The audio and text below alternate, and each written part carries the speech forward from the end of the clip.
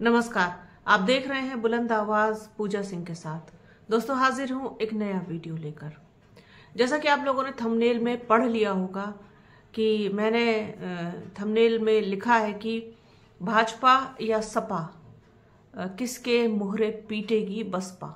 जी हाँ, पश्चिमी उत्तर प्रदेश में राजनीति बहुत अलग तरीके से चलती है।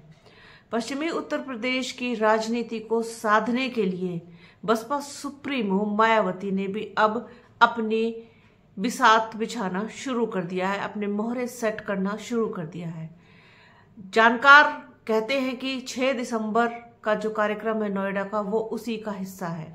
हालांकि बसपा सुप्रीमो मायावती इस कार्यक्रम में शामिल नहीं होंगी खुद, और ये अंदाजा अब लगाया जा रहा है कि शायद आकाश आनंद इस कार्यक्रम का हिस्सा होंगे। क्या आकाश आनंद को आगे करना चाहती हैं उत्तर प्रदेश में अब बसपा सुप्रीमो मायावती, और वो भी खासकर पश्चिमी उत्तर प्रदेश के साथ इसकी शुरुआत करके, क्योंकि जिस तरीके से भारतीय जनता पार्टी ने पूरा कब्जा जमाया है पश्चिमी उत्तर प्रदेश पर, वो उसके चक्रव्यूह को तोड़ पाना अगर किसी के बस की है तो वो सिर्फ और सिर्फ बसपा है। अब कहने को तो समाजवादी पार्टी की जो है वो बहुत दावे करती है कि पश्चिमी उत्तर प्रदेश में उसका मजबूत गढ़ है और बहुत मजबूत उसका चुनाव रहता है और उसका पीडीए बहुत काम करेगा। लेकिन इस सबके विपरीत और उलट अगर हम देखें तो मजबूत गढ़ अगर किसी का है तो वो बसपा का है। बसपा के पास अपना कोर वोट बैंक बहुत मजबूत है वहां पर पूरे पश्चिमी उत्तर प्रदेश में। और दूसरे बसपा के साथ अगर जब जुड़ते हैं तो मुस्लिम समाज भी बसपा के साथ जुड़ता है। दलित जो कोर वोट बैंक है बसपा का, उसके साथ आता है, तो फिर ये बहुत जबरदस्त एक गठजोड़ वहां पर बनता है पश्चिमी उत्तर प्रदेश में।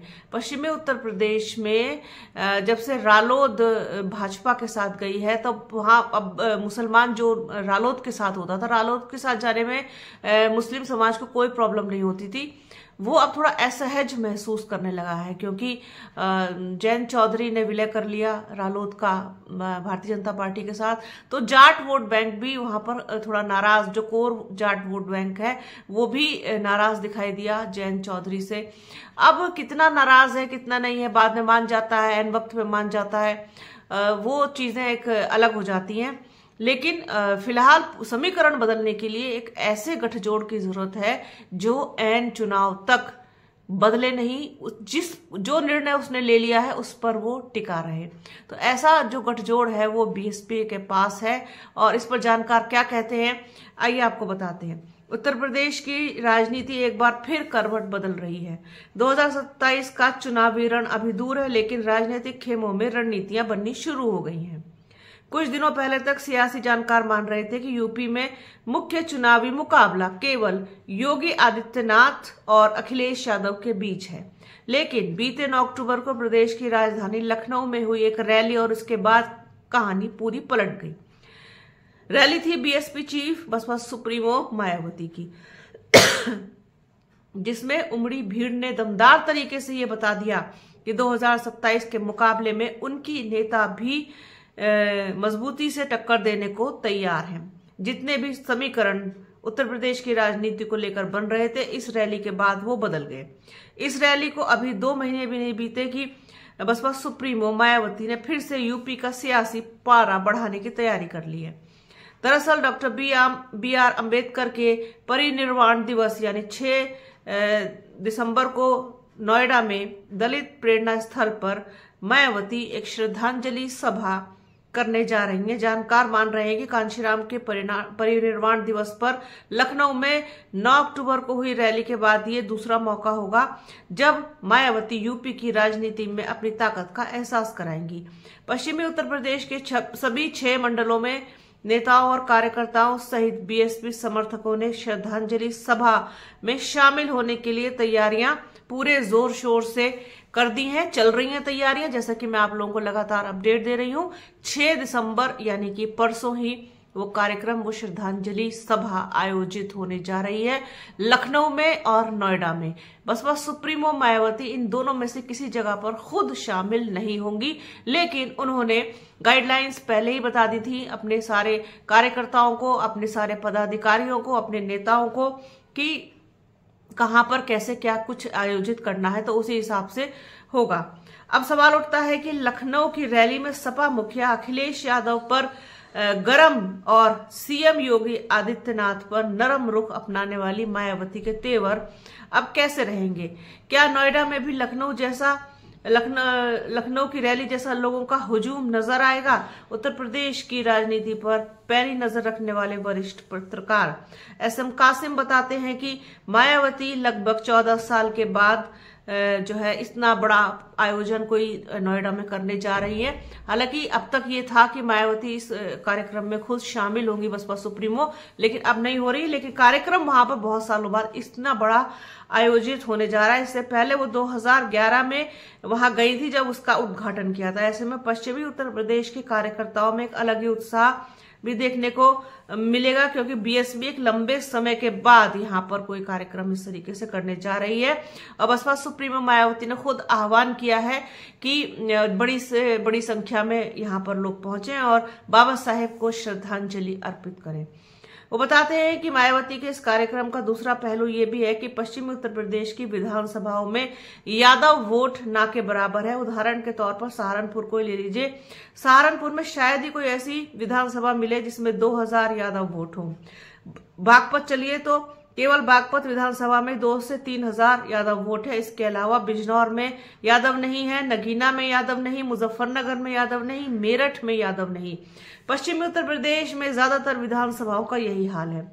शाहजहांपुर के बाद पश्चिमी उत्तर प्रदेश में यादव लगभग ना के बराबर है। आगरा मंडल में भी कोई ऐसी विधानसभा शायद ही हो जो यादव बाहुल्य हो। ज्यादातर सीटें जाट और मुस्लिम बाहुल्य हैं। सैयद कासिम का मानना है कि लंबी दूरी की वजह से लखनऊ रैली में पश्चिमी उत्तर प्रदेश से इतनी बड़ी तादाद में कार्यकर्ता पहुंचे भी नहीं होंगे। ऐसे में मायावती का यह कार्यक्रम पश्चिम को साधने की एक बड़ी रणनीति का हिस्सा हो सकता है। सियासी तौर पर मायावती के लिए पश्चिमी उत्तर प्रदेश कभी एक मजबूत आधार भी हुआ करता था। पश्चिमी उत्तर प्रदेश की एक खासियत और रही कि मुसलमानों ने यहां मुलायम सिंह को वोट नहीं दिया, या तो बीएसपी को दिया या फिर राष्ट्रीय लोकदल को, उससे जुड़े गठबंधन के दलों को दिया। सहारनपुर, कैराना, मुजफ्फरनगर और मेरठ में बीएसपी के सांसद चुने गए। बिजनौर से तो खुद मायावती सांसद बनी। मायावती अब इस बेल्ट में अपने उसी पुराने फॉर्मूले दलित और मुस्लिम गठजोड़ के जरिए अपनी जमीन मजबूत करने की रणनीति पर काम कर रही हैं। मायावती लगातार अपने नेताओं और कार्यकर्ताओं से मिल रही हैं। पहले बीएसपी नेता सतीश चंद्र मिश्रा दलित प्रेरणा स्थल गए और वहां इसके बाद नौशाद अली ने वहां का दौरा किया। इसके बाद विश्वनाथ पाल, मुनकाद अली, तमाम बड़े नेता, बड़े चेहरे दलित प्रेरणा स्थल पहुंचे तैयारियों का जायजा लेने के लिए। 6 दिसंबर को होने वाली श्रद्धांजलि सभा के जरिए बीएसपी पश्चिमी उत्तर प्रदेश में अपनी दमदार मौजूदगी का एहसास कराएगी और चुनावी बिगुल भी बजाएगी। ग्रेटर नोएडा के बादलपुर है बसपा सुप्रीमो मायावती का घर है। बुलंदशहर से भी चुनाव लड़ चुकी हैं, इसलिए इस क्षेत्र को साधना मायावती की पहली प्राथमिकता है। मायावती पूरी तरह से दिखाना चाहती है कि 2027 के विधानसभा चुनाव के लिए बीएसपी मजबूती से तैयारी कर रही है। इसमें तो कोई शक नहीं है कि बीएसपी 2027 के लिए काफी संजीदा है, काफी सीरियस है। इस बार वो किसी तरीके का कोई रिस्क नहीं लेना चाहती है और मुझे लगता है कि आकाश आनंद का भी यूपी में एंट्री करने का अब सही समय आ चुका है और उत्तर प्रदेश में उनकी अब आमद हो जानी चाहिए।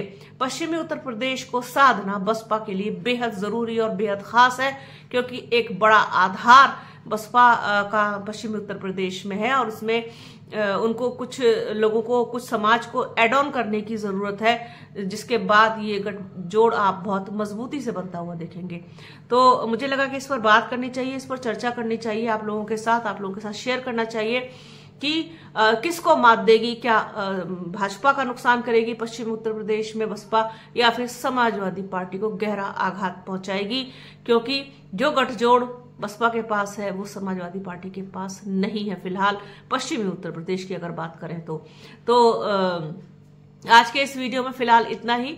बने रहिए हमारे चैनल के साथ, हमारे चैनल को लाइक कीजिए, शेयर कीजिए, सब्सक्राइब कीजिए, बेल आइकन घंटी जैसी आकृति जरूर दबाइएगा जिससे कि आने वाले वीडियो का नोटिफिकेशन आपको मिल सके। वीडियो कैसा लगा कमेंट बॉक्स में बताइएगा। अपना और अपनों का बहुत ख्याल रखिए। जल्द मिलूंगी आपसे एक नए वीडियो में, एक नए मुद्दे के साथ, एक नई चर्चा में। तब तक के लिए जय हिंद।